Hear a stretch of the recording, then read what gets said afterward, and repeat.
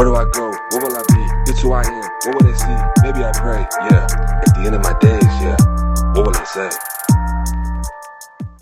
What will they say? Welcome back, y'all. We're just going to jump right in halfway through the previous episode, part 2, episode 24, whatever you want to call it. We'll call it episode 24. But the reason I'm speaking is just because we're going to hop halfway into that previous interview that we had that we're piggybacking off of, where Kristi's going to talk a lot about victorious living, what that means, what it is, what their mission is, where they're headed, and I'll provide a link on that too as well. And again, just now we're kind of going into what Kristi is doing what others won't do. Started off doing what others can't do, but now what others won't do, and what more of us need, I think, to honestly step up to the plate and do, and go to places we don't want to go to. So I'll cut that short, but we'll just hop right in. Appreciate y'all's support. Thanks for listening. Oh yeah. I do feel like we're skiing and we're at the World Championship, Masters, just balling out on the water, but it seems like your relationship with Christ is definitely becoming a thing. And then over here we have this prison ministry that's here, so like somewhere it's gonna meet these two, where we are now. So like, what point you hung up your skis? Which, first of all, when you hung up, do you miss it? I miss being on the water. You don't ski anymore at all? My body's wicked. It's toast. Yeah. And so I miss, like last week I got to go out and wake surf. So you can do that. Boat. Yeah, but my back has been jacked for 3 days, right. Just going 8 mile an hour behind. Yeah.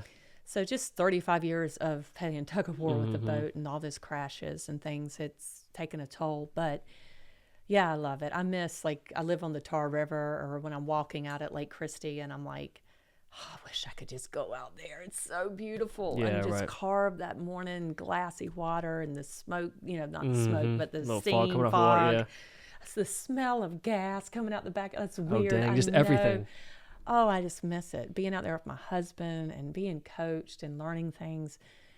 But do I miss, and I even miss the tournaments too. I do, but I don't miss it so much that it's like at the forefront. I mean, it's not like, oh, those are the days, kind of missing it. No, it's like, I know where I am now is where I'm supposed to be. And so how did I get to where I am now is kind of the question you brought up. So towards the end of my career, I this wasn't something that I just like, let me ski my way out of here. It was my body fell apart. Like my pelvis had to get reconstructed. I had 16 surgeries and I was just really struggling at the end. And it was frustrating mentally because I could not do what I knew I could do. My body physically couldn't do it. And the ligaments on my hips, they were gone. And so I needed major pelvis reconstruction. Yeah, how old were you at the time when you were basically stepping out? I was 34 when I had that reconstruction. You probably had the body of maybe a 60, 70-year-old, I'd imagine. I mean, as far as just that mental, just the physical beating. Physical, yeah. Yeah. And so I realized that it was coming to an end. And that was when, through all those surgeries and things, my faith had really become founded on my life on the foundation of the Word and my relationship with the Lord. And I realized that all those years that I had been in the sport, people knew I was a Christian. And that wasn't hidden, but the Lord challenged me. He's like, you've been so faithful to give me credit for the wins, because I'd have the fish on my ski. I'd stand up on ESPN and say, I want to give God the glory for this win, which is confusing for people. They're like, okay, did God let you win? And it's just, I do get, yeah. It's so true. I just wanted to make sure I wasn't taking the glory. It wasn't about saying, God let me win. It was about everything that I am and everything that I have and any good in me. I just want to glorify Him and not myself. Right. So I think that's why a lot of people say that. But the Lord challenged me. He's like, you've always given me credit, but you've never once told somebody how they could know the one you give credit to. I had never shared my faith in a way to invite someone else to have it because I was so afraid they would think I was weird. Yeah, right. Or they would reject me was probably the base of it, or make fun of me. It's always that self-preservation thing. You're trying to be like a cool Christian. I want to be cool. Yeah, right. I want to be liked. That's been an addiction too, is people pleasing. And so the Lord began to work me and show me what a wonderful opportunity I had through this sport to share my faith. So I started holding church services. And all I did was, we're going to meet under the Michelob Dry Bud Light Tour tent or whatever, the hospitality tent.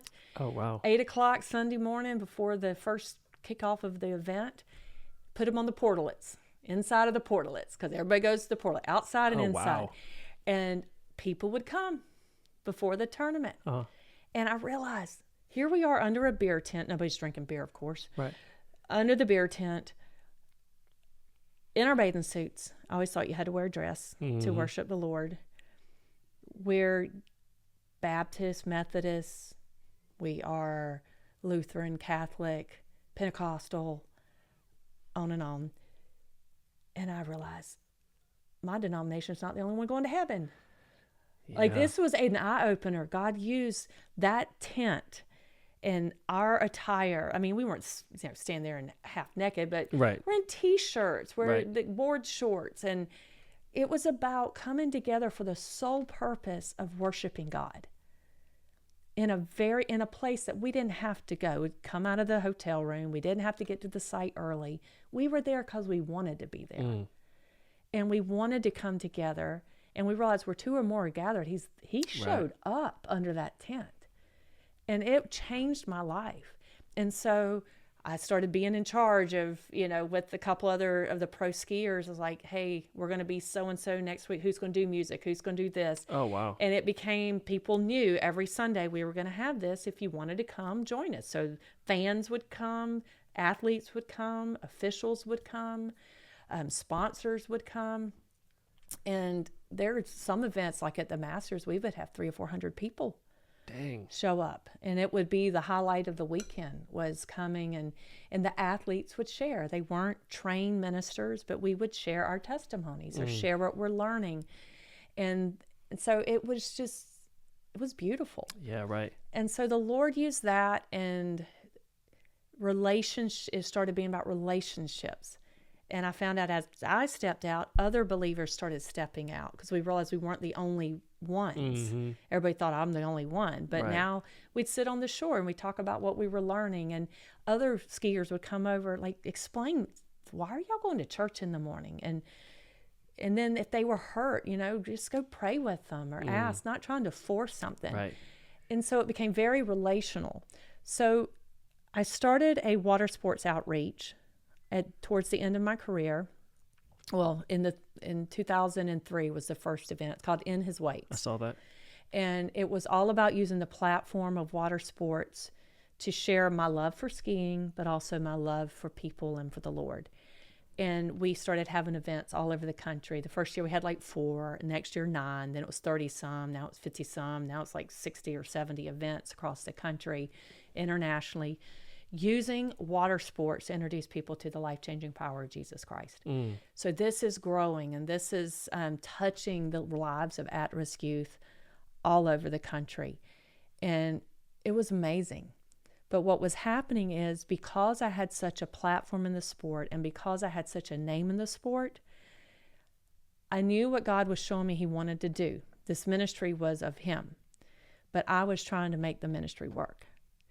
Because I thought I had to be the performer, the producer, the one to make it happen, because I didn't want to let God down. Again, my heart was right, but it was a burden he never meant for me to carry. But it goes back to that fierce competitiveness. The fierce competitiveness, the one not wanting to let somebody down, not wanting to fail.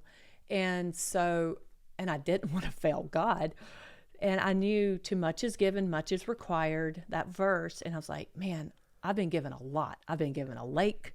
I've been given awesome parents. I've been given this opportunity to travel the world, all these experiences, all these victories. Now I have to give. And I gave so much that I got physically sick for a decade. For real? For real. And so I had all sorts of chronic fatigue, all these Lyme disease, all these different things. And I'd go to doctors, tens of thousands of dollars of medical bills, and people say, we can't find anything wrong with you. It was stress. That was just eating you alive. Eating me alive. Exhaustion, trying to balance being a mom, and at the same time, I'm retired, We've got this growing ministry, this amazing husband, a 7-year-old. We adopted a 2 and 4-year-old from Russia. Oh, wow. I'm physically exhausted, body's in pain, transitioning from being Kristi the skier to mom of 3 all of a sudden. And I was a mess for probably a decade. I could put on the game face outside. Yeah, right. So really on my husband, my poor husband, knew what was the trials I was going through, how bad I felt. Do you think it was just that transition of a season that was just so difficult, It's like trying to hard. figure out how to go from one life to another? Yeah, and a lot of people struggle with that, Yeah. whether you're retiring from business or your kids leave the house, you're an Yeah. empty nester, or you get divorced and you don't have that identity as a spouse, or you retire. Athletes do it all the time. All of a sudden you're not a collegiate athlete because you didn't make it to the pros. Now what? Yeah. Your whole life's been volleyball or soccer or baseball, and now it's or military. You know, you've been over fighting a war and you're with these people, and then you come home and trying to adjust. So it was an adjustment period. Physically, I was exhausted. And anyway, so during this time, one of the men that would come to the church services, his name was Bill. He was a professional boat driver. He would share his testimony under the beer tent with us and share about his faith. Well, he has a moral failure, gets sentenced to 15 years in prison. And so my first thought was, I've got to protect the ministry. Because people are calling, how could you have had him a part of your ministry? He did this thing. And I felt like Peter. Now I look back, I was like, Peter, I don't hardly know the man. Bill who? I mean, I knew him, but I really didn't know him. Yeah, right. And I was like, he just shared at our ministry, but he's in this material here. I was like, well, it was a testimony, you know. That's So he goes to prison, and the whole sport, except for 1 or 2 people, maybe forgot about Bill, including myself. And at first it was because I thought I needed to protect the ministry. And then I just got doing ministry and forgot about Bill. And 7 years later, he writes me. And so this is how I ended up in prison. I get this letter, and I didn't even recognize the name. I was like, William? I don't even know a William. It was Bill. Isn't that crazy? And I started reading it. I was like, oh, this is Bill. He's writing me I didn't even know what the hashtag, or because it was his federal like inmate the ID number. Yeah, right. ID. I'd never seen that. I'm like, why is someone from this? I thought it was like junk, or I didn't know what it was. So I open it up, and it's this letter, and the first thing he says is, I am so sorry for the harm I caused your ministry. You said 7 years later? Wow. And my heart just melted. And this is when I read this, and then it started stirring. Go visit Bill. Go visit Bill. So I talked to my husband. I said, I'm going to be in the Miami area soon. What do you think? He's like, if you feel the Lord. I have a husband that it wasn't like my wife's going to visit another man. It's like, he saw the bigger picture. Right. He knew this was a ministry related thing. Of course, he was invited to go. He turned that down. He's like, I trust you. You go. It's all good. So in that meeting with Bill, I saw several things. One, the power of a visit. That visit lit him up. I bet. He had not had a visitor for about a year because he was from Texas. He had been moved to Florida because he had been a cop. So he had to get put where he had not put people in prison. And he got maybe one visitor a year in those 15 years that he was there. I think maybe he had 7 or 8 visitors actually during that time. So I saw the power of visit. I was sitting in that room, reception room, with all these other family members, and I realized the humanity behind bars. Yeah. These were sons, these were husbands, these were daddies, these were uncles, these were boyfriends, these were granddaddies. It rocked me. And I had this internal dialogue with the Lord. I tell people it's like someone opened a curtain. And that's really what the word revelations is, letting you see the future. It's letting you see something. It was like I had a revelation of God's love, a place that he wanted me to minister. But the thing is, I didn't know anything about that world. So when I left there, I said, all right, Lord, I know you've given me in his wakes. I know I'm called to do that. But if you're calling me to go minister, I'm going to hear. To take the message of hit it, which is what? It's not about perfection. It's about connecting to the right power source and saying, hit it. Yeah, right. And getting up again and learning why you fell and making the adjustments. And so I knew this was a place where God's like, go help people get up, because I'm really good at getting up. For a second, I love, because I've read about Hit It for a couple of days now, and I love that, because so I grew up on Lake Erie up in Ohio in wakeboarding and skiing. I might have been the best from the boat, but our boat was very small. And so I wasn't competitive at all. But the whole thing on wakeboarding too is going back to, I'm just thinking about your power source. And if we equate God to the boat, it's the whole thing of wakeboarding and getting up is to don't try. Just hold on and let the boat do the work. Right. And so I think, especially for people who aren't familiar with skiing or what what you're saying is I skied a little bit, mostly wakeboarding, but it's if I tried to pull myself out of the water, you're gonna fall. And I feel silly telling you this as if you've never. I mean, you're a world champion skier. Well, Here I'm telling you.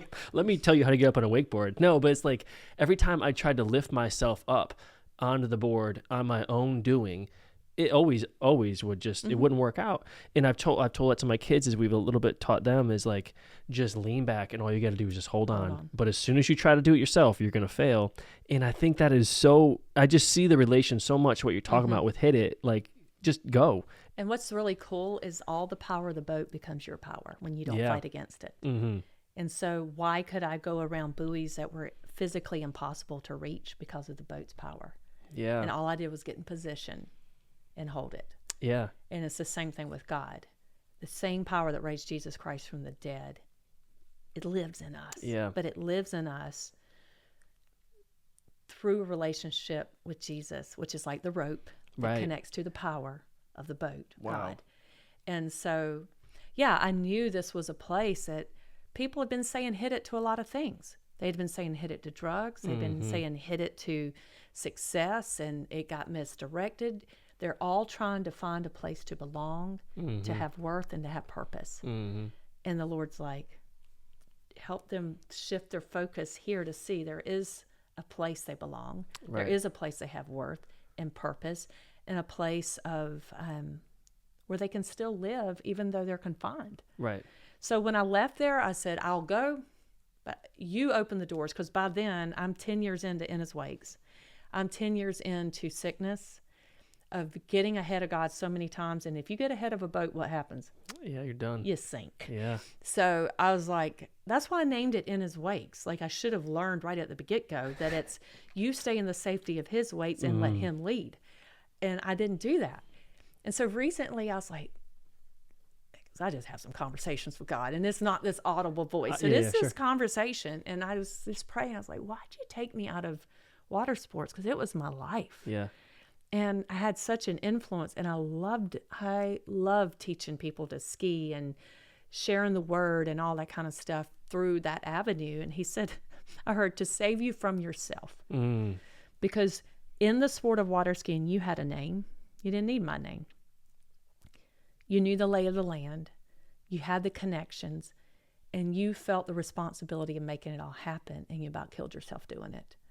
Not going and committing suicide, but I physically was killing my body. Yeah. My mind was everything, a mess. I mean, that's a car accident when you take it real bad. Yeah. When you fall real bad. You fall bad, but it's, not only that, it's just you've worked yourself to death. That was the thing. I was carrying a burden I wasn't meant to carry, and His burden is easy. His yoke is easy, and His burden is light. And so He's so I had to put you in a place you didn't know a person, you didn't know a thing, you had no connections, you had one name, the name of Jesus, the name above all names. And with that, yes, saying, I will go, but you open the doors. It was a supernatural invitation into prison. I mean, the phone started ringing the following week. I didn't tell anybody about my experience or my prayer.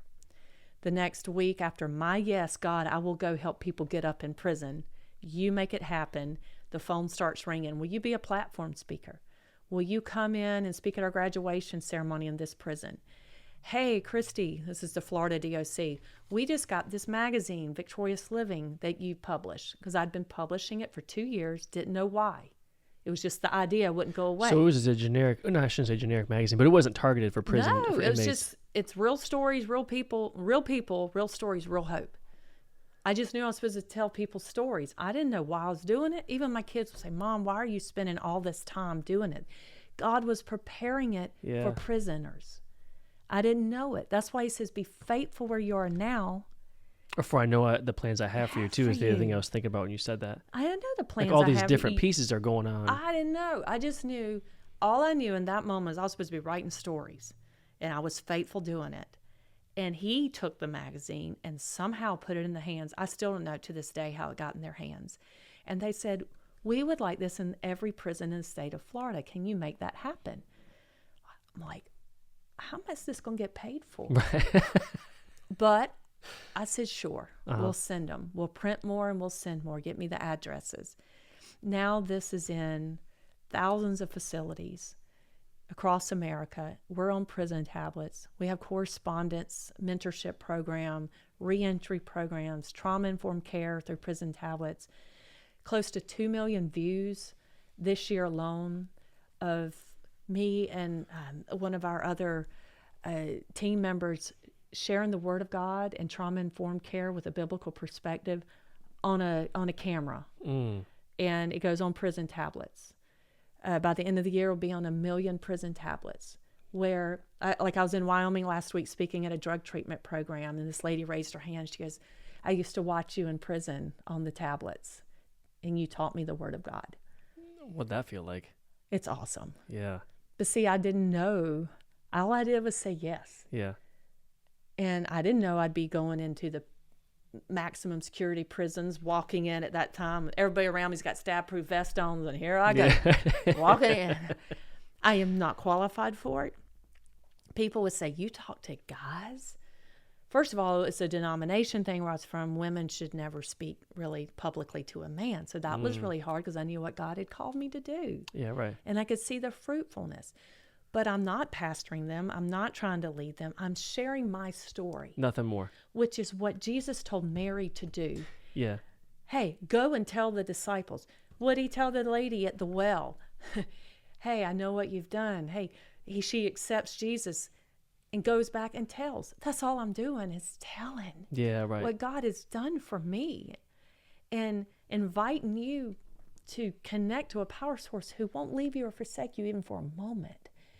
And so it is so humbling to see what God's done because I know I didn't do it.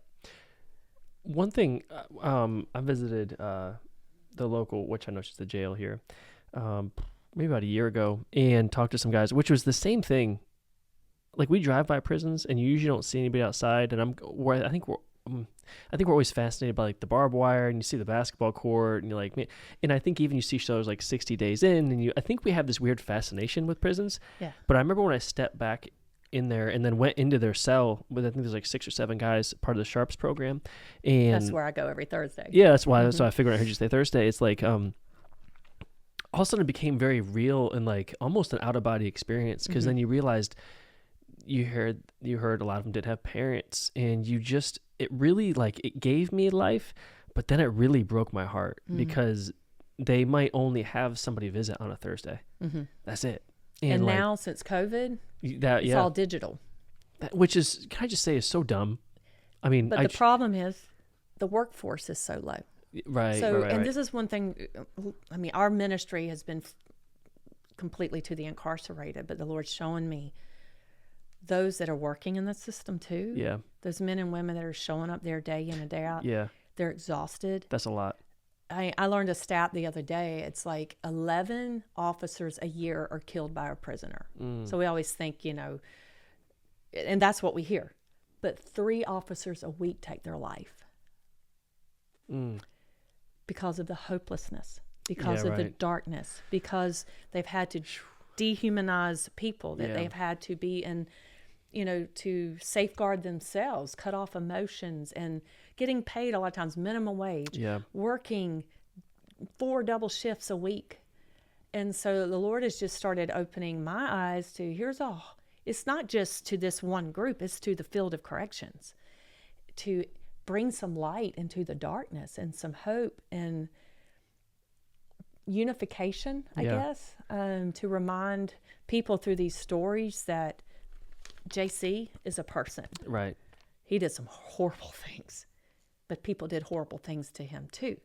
Now JC is being restored and helping other people be restored. There is hope for that person, but also sharing stories of former officers whose names used to be, their nickname was Lucifer, because she was so evil and she hated her life and she hated the people and treated the incarcerated with such hate. They called her Lucifer, who has now been transformed by God and now goes back in and loves on people that she hated. They love her. Have you ever seen the movie Crash? No. Okay, so Crash it reminds me of that. So it basically follows like 6 people, I think. I mean, there's black, white, Muslim, basically, and it sorts through the differences. It starts with a cop who's very disgruntled, and he pulls over a black guy. Is it a documentary or like a No, movie? it's a movie. Oh, okay. It's probably 10 years old, and it's phenomenal. But anyways, I'll keep it short. He pulls over like a black guy, and instantly he treats him differently because he's a black guy, because he's just too close to his profession, and he's started to see things through jaded eyes. And then it follows the life of the black guy, who it shows the kind of the disadvantages he has.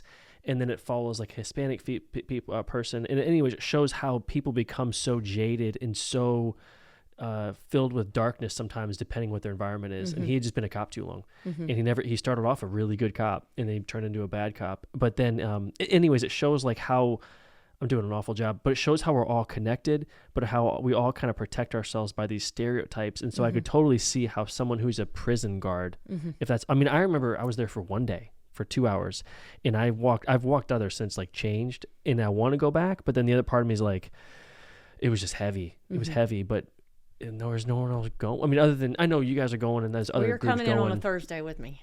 I'll do it. I'll do it. But I just remember, and then you just learn their names and stuff, and you're just like, man, they're people. They could have been us, any of us. Some of us just didn't get caught, I mean, do you know how many people I meet, like, well, they went out and they celebrated and they got in a car and they shouldn't have been driving, or they were on their phone texting and hit somebody and killed them. I'm sorry, that could be any of us these days. Amen. That's right. So there's just so many people. I would say 85% at least are drug related, full-blown addiction. So you're trying to incarcerate. I mean, we're going down this whole rabbit hole right now, but the reality is God called me to a place that I didn't know, to show me his heart for people I'd forgotten or didn't even know existed or care to know or had judged. And it's just been a beautiful experience of learning what the heart of God feels like and having empathy and compassion for people, and also to see how God can use you in places that you're in the natural, like by the world standards, not equipped for. And that's what I was going to say a while ago. People are like, you go in and speak, the guys listen to you, or the women listen to you, because you've never been arrested. You've had good parents. You were never raped. You were never these things, addicted to drugs. Why would anybody? And trust me, I had the same question. The first time I stood up, and I'm following a lady who just spoke and shared her horrific story, that I'm like, people have been through that at 2 or 3 years old. Right. I had no idea. And I just looked and I just broke down crying, and I said, I don't know why any of you would listen to me.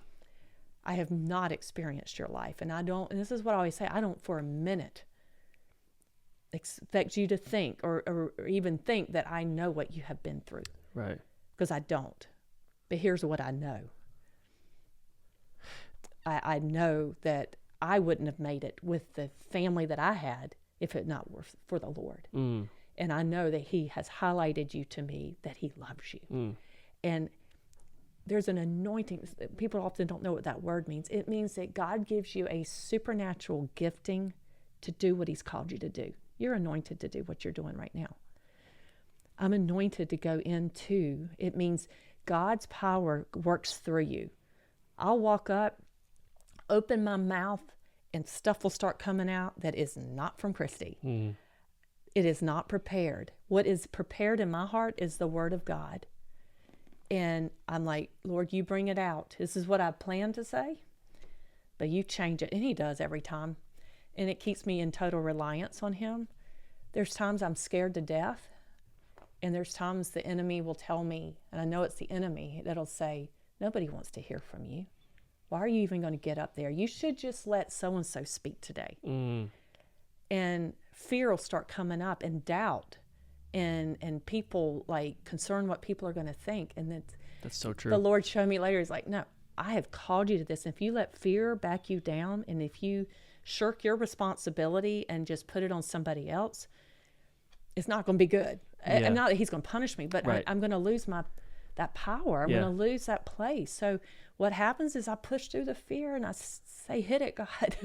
And you stand up in a place you don't belong, just like Moses, a stutterer being a mouthpiece.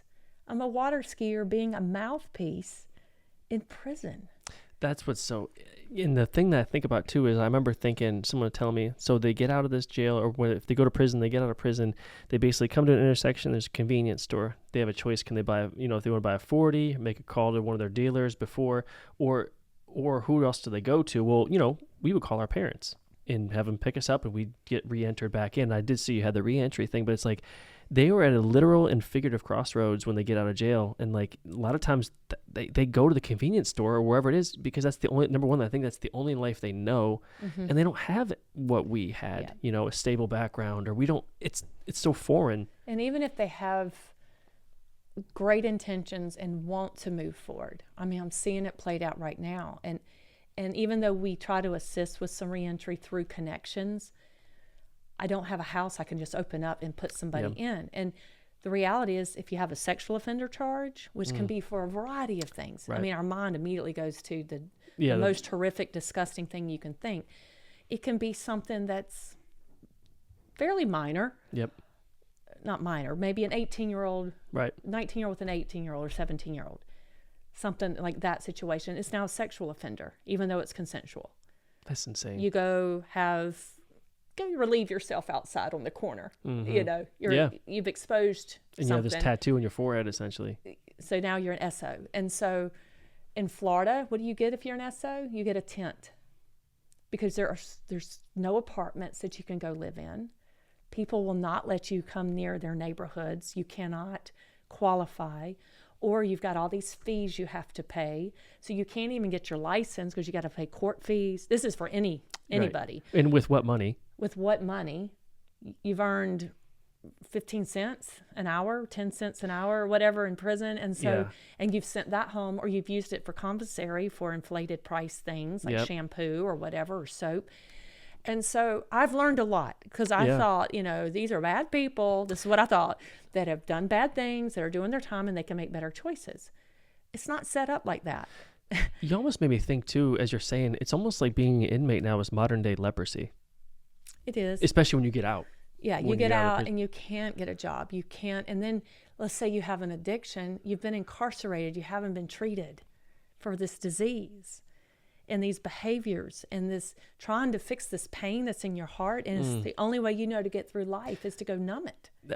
I can't even say no to a candy. Like, I walk past that candy and it's like, think about the chemical of sugar and think about that multiplied. Yeah. I mean, you have a Krispy Kreme red light right down the road from where you guys are. You can't, I mean, and what's crazy is all addiction is rooted in trauma too. And so like, it's not just, I like cocaine or, whatever it is, whatever your drug of choice is. It's always rooted in, it's never in isolation. I always used to think it was. Well, that's why we have a trauma-informed care counselor now on our staff. Incredible. That is bringing it through videos, because we can't get in to personally visit and we can't be everywhere. But so she has these videos that help people find the trauma that's been hidden, but then work through it in a safe way, because she's like, we just can't be unleashing people's traumas in there and they don't know how to deal with it. Yeah, right. So we're having to be very careful how we help people process it.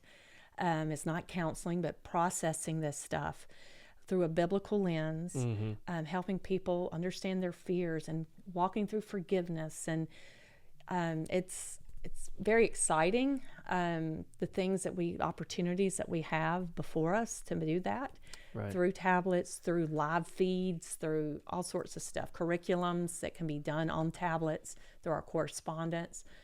But it's like the work is endless. Yeah, right. I could probably talk to you for another 3 hours or 4 hours about it. Put this in 20 minutes. And I would really love, hopefully, we can break this down, but include it on the tablets because we've really talked about some wonderful things that our fan would love to hear too. There's a great book called Ear Hustle. I don't know if you've read it, but it's a lady who worked at San Quentin and Penitentiary, and she started a podcast with just inmates and actually had them develop a studio in the prison, where it was a prison-run podcast where basically the men would just get on there and just share their stories. And like, you have an endless amount of stories in there, And anyways, so I thought that was really cool. Ear Hustle was the book. It was phenomenal. Well, I just think we can close with a challenge to your listeners to take time this week to find out someone else's story. That's good. I had someone recently, and they're godly people. They I would never talk to a homeless person. It's a person with a story. It's someone's It's kid. not going to get up and bite you, or, I like to say, hey, how you doing? What's your name? And, it's just. Do you think deep down we don't even want to know their name, though? Because then it becomes more real? I think a lot of it is we don't know how to help, and we don't feel like we're doing enough. But just acknowledging that you're seen and that somebody cares and wants to do, like, a person is not just a homeless person, or it's not just, hey, that person of that race or whatever. I mean, that's how we define everybody. No, that person has a name. That's Jose. Yeah. Or that's so-and-so. And they have a name, and they have a family, and they have a story. Find it out. And I always think, too, and not always, because sometimes I don't want to think this, but I almost think, who hurt you? Like, there's a why behind everybody's what. Yeah, exactly. And there's a lot of people who, they think you're going to hurt them. I mean, there's something below the surface. Like, they might be cold to you at first, and you're thinking, well, they just don't like me. No, they're afraid you're going to hurt them. They're protecting themselves. They're protecting themselves, which is what we're all doing at the end of the day. That's right. We're all in survival mode. Yeah, right. And just painting a picture, essentially. Yeah. I agree with your challenge, is just try to find someone each day just to learn something from their story, and just talk to someone you wouldn't really want to talk to, because that's what you're doing, and it's awesome. And so I love what you're doing. I'm going to put a link on there, everything, too. Your website's phenomenal, by the way. There's a ton of information on there. Thank you. But yeah, there's I appreciate you taking the time. Stories galore. If you want to hear some people's stories, just click on there. I was already going down it's awesome. Well, keep up the good work, and I appreciate you hopping on. You too.